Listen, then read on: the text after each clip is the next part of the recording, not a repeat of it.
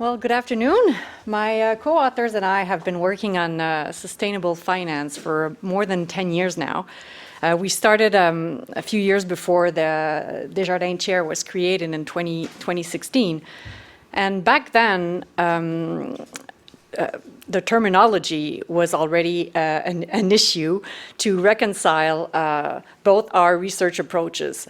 I was very interested in the corporate side of sustainable finance, so CSR, ESG, extra financial risks, and my colleagues, Stefan and Frank, were, and still are, asset pricing guys that were interested in SRI. So we had a hard time reconciling our research approach because of terminology and everything it implies. I'm obligated to say that 10 years later, today, terminology is still a big issue in sustainable finance. ESG does not mean the same thing for corporate managers and for portfolio managers. And given that, any study that will try or examine the link between CSR or ESG and market returns will be, well, quite tricky and also very dependent on the data set. So in the end, for institutional investors and portfolio managers, it can be difficult to reconcile the different results that we get in the literature, and also to understand what is exactly captured by these ESG ratings that we've been talking about all day. So what we're trying to do in this paper is hopefully to provide some clarification. So one interesting question is, should ESG, from the market side of things, should ESG be a factor in asset pricing models? So, well, in theory, yes, it should. And as a matter of fact, there are very recent papers that have appeared in the literature that provide very interesting models to work with. In this study, we specifically work with Zerbib 2022 model that combines an exclusion premium that is adapted from Merton and an investor preferences premium that is from Pastor and co-authors 2021. However, empirically, we're back to our central issues.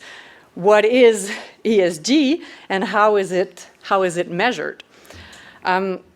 A lot of papers are based on ESG ratings to study the link, but the problem is, as has been mentioned before by colleagues before, the problem is that these extra financial agencies that provide the ratings, they base their rating system on a very divergent number of factors. As a matter of fact, there are more than 700 indicators of ESG by the main data providers. So in the end, different ratings are based on very different things. Also, E, S, and G dimensions are not created equal. I mean, not only from the corporate side of view, where managers can focus on one specific dimension or one specific sub-dimension of ESG, but also from a measurement side and quantitative point of view as well. And further, these rating agencies often focus on risk exposure and management. So this is obviously useful for investors because it provides information about cash flow, evaluation, and uncertainty. But in the end, 700 indicators cannot all be related to the firm's systematic risk. I mean, some of them will be very purely firm specific, and some of them will be included in already very commonly used risk factors in asset pricing models. And finally, well, and perhaps most importantly for a lot of studies, because SRI, or at least some strategies of SRI, are based on exclusion criteria, it's important to consider an asymmetrical effect.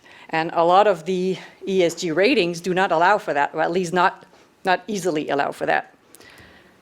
So what we do in our paper, and obviously I'm not going to go into details, is we try to bypass these empirical issues. So one way we do that, and there are many ways, but one of the ways we do that is that instead of categorizing risk in terms of E, S, and G, we use a reputation angle And we divide risk into two types of ESG reputation measures, a capital measure and a social measure. And what we obtain, and we test these risk factors in a number of settings, and what we find is that model performance is superior when we include ESG factors. And as a matter of fact, the best performing model out of a 23 or something specification, conditional and unconditional models, is related to a model that combines factor related to good ESG reputation and bad ESG reputation. So the asymmetrical effect that I was talking about earlier. Thank you. Thank you.